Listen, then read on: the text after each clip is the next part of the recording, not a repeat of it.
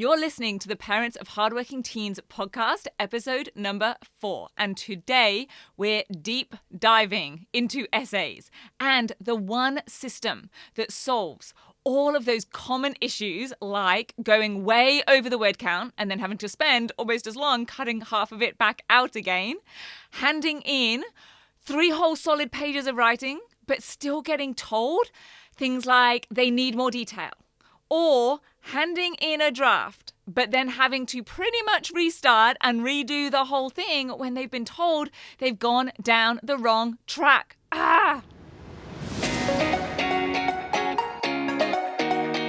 I'm Katie Jones, and with over 15 years in education as an award-winning high school teacher, international external examiner, and as a study coach, I've helped thousands of students skyrocket their results and confidence. And this podcast is where I share all my insights, tactics, and tips with you, the parent, so you can help your hardworking team get happy, smart, and successful in their study, and have you both enjoy the journey along the way. This is the Parents of Hardworking Teens podcast. Hi VIPs, I'm so glad to be here with you today because I'm going deep into those tasks that can feel overwhelming, long, time-consuming, and, well, kinda arduous. And that's just for you watching them from the sidelines.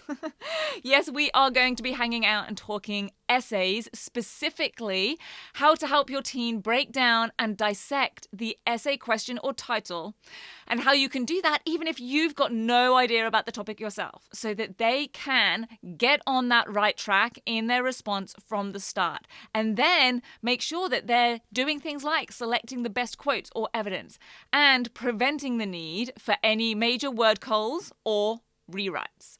Now, there is so much I could cover on essays. I just ran a 4-week essays bootcamp for our next level coaching students, and that was on top of everything they'd already been trained in the 10WGT. The 10WGT is my short speak for the 10-week grade transformation program. So just so you know, next level coaching is a monthly coaching program that I run for students who have completed the 10WGT, the 10-week grade transformation. Those who loved it and really want to take things further with personal coaching with me and our English focus coach Gemma have advanced trainings, and we do some mini challenges and workshops like the Essays Bootcamp. They are all included. So they really just come to as much or as little as they like, kind of like a monthly gym membership. And the 10WGT is my core training. It's my flagship program. It's where I train students in all the concepts, skills, and strategies that they need to achieve their maximum success with less stress, including Catapult 9 Essays Made Easy. Because it's no wonder that essays can turn into these mammoth tasks. There's the researching. That can in itself be a major time sap. There's analysing the evidence, coming up with the thesis statement. And then there's how to make the conclusion high quality so it does more than literally just repeat and restate what's already been written. How to structure everything, the paragraph structure, the order of the points being made. It's just no wonder that these things can start to take a long time or feel overwhelming. But as you're getting to know by now, I am a big fan of breaking everything into doable chunks. And I'm also all about addressing the things that make the biggest difference in the fastest way first. And that's why I want to talk to you today about my topic and focus system for breaking down essay questions. I'll for sure be doing more episodes in future around essays and extended responses, but learning and using the topic and focus system is what makes the biggest and fastest difference to students and how they are tackling essays. It's what ensures they are actually answering the question. It's what stops them drifting off into the waffle zone or going over word count because they're talking about things they don't necessarily need to be. And it's what helps them determine which are the best pieces of evidence to select so that they achieve more of those top criteria, the ones that use words like discerning selection of quotes or sophisticated use of evidence. Now, I have a special topic and focus resource. It's my essay title swipe file, and I sometimes give this away for free when I run prize giveaways or rewards. So make sure that you are on my email list to hear more about any of those opportunities in future, because there will be some. And as for those of you with teens already in the 10WGT, they are trained in this system in detail with real life examples among all the other aspects of successful and smooth essay writing in Catapult 9 of the program. And if they've completed the 10WGT and you want further and deeper coaching for your teen in essays, among everything else that we cover, then get them into next level coaching right now, because we have just put up the whole of Essays Bootcamp. All of the recordings of every session are there, so they have access to everything immediately. And right now, I'll use a specific example from my essay title swipe file as a real life question to explain this two-step process here today, so that you can support your teen with their essays no matter what, in a way that means they're still thinking everything through and writing it all for themselves, but you both know that they are on the right track and going in the right direction. So first is the topic.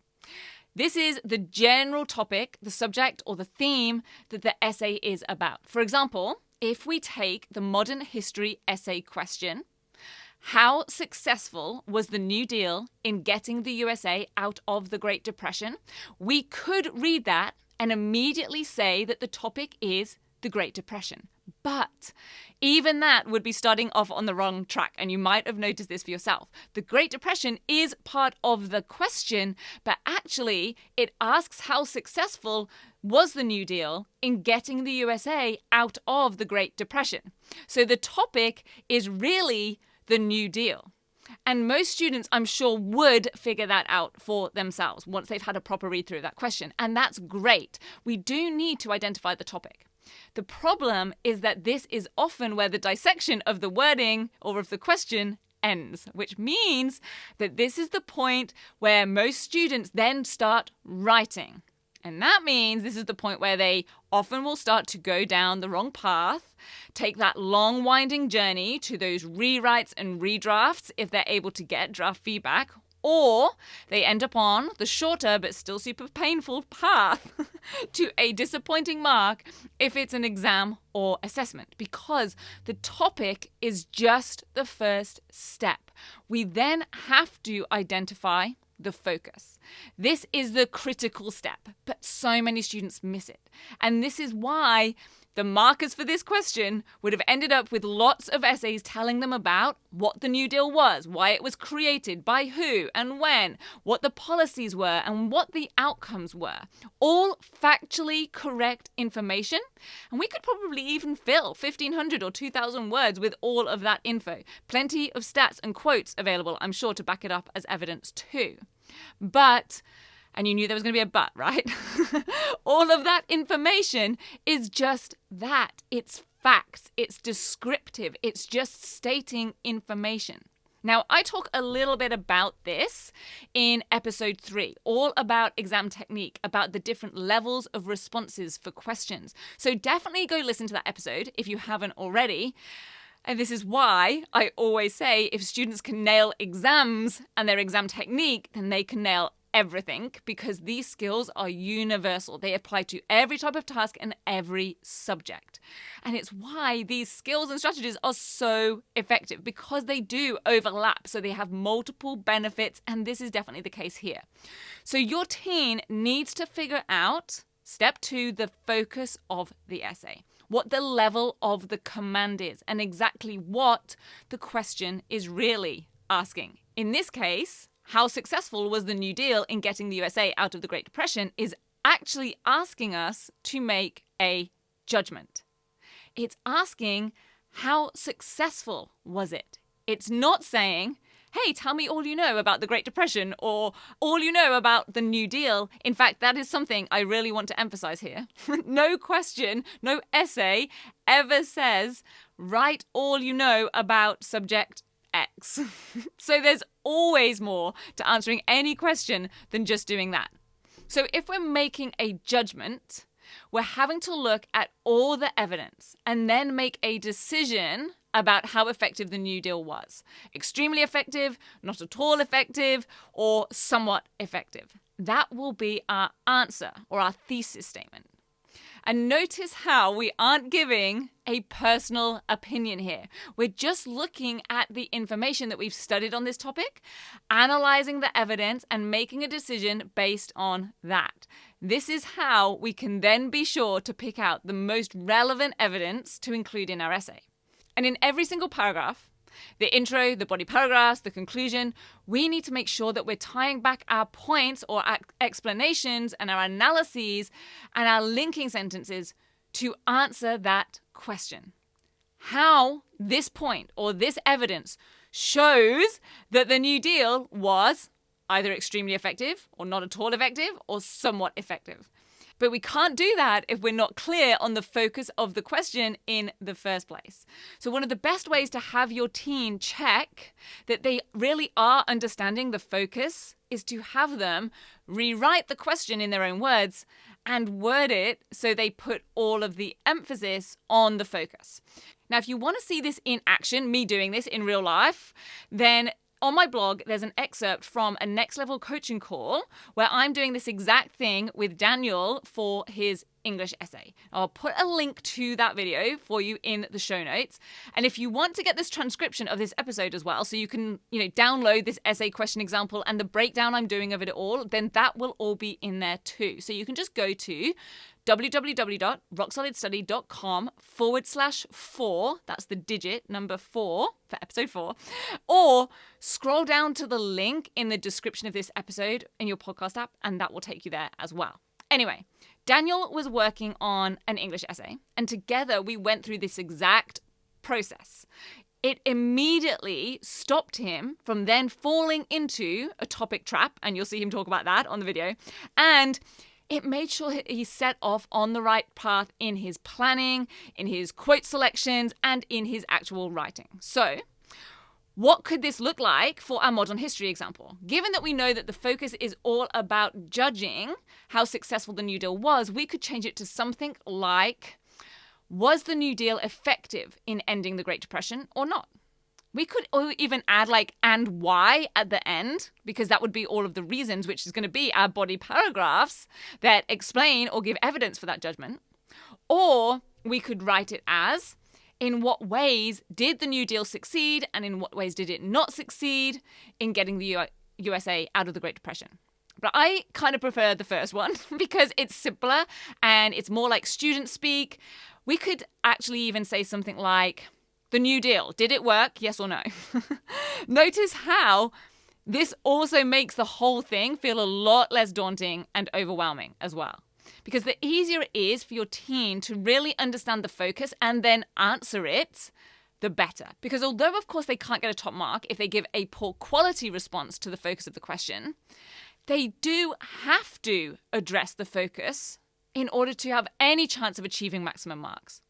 They can never get top marks, no matter how amazing their writing or their evidence or their paragraphing or discussion, if they aren't addressing the focus of the question. They'd end up maxing out at something around 15 out of 20. And they would also end up with the feedback of, hey, great analysis, now answer the question. So, like I said, a deep dive episode today. This is one that you might want to listen back to again or use as an example to work with sometime. Remember, you can get the full transcript and that coaching excerpt video at www.rocksolidstudy.com/4 if you want to see this all in action. And I want to leave you with a real life example of a parent, Janine, who took this system, passed it on to her daughter, Lauren, and she put it into action the very next day. Now, Janine came to one of my free 5-day Facebook group parent events. I run probably a couple of a year. I've got another one coming up very soon, mid-July. So if you're on my email list, make sure that you keep an eye on your email list so you get your invite to be part of that. And Janine won a copy in that event of my essay title swipe file. She passed it on to her daughter, Lauren, and she posted this comment in the group the next day. She said, Lauren's been using the essay writing skills on topic and focus to finish her latest English literature essay last night. She had received feedback on her draft that it had gone a bit astray. So last night she went back a step to review the topic and focus and reworked it a little. Well, today she got her grade an A. And then there's all exclamation marks at the end of that. So I'll be really excited to hear how you and your teen go with this. I hope you found this episode really useful. I like getting into the nitty-gritty details sometimes, so I hope that you do as well.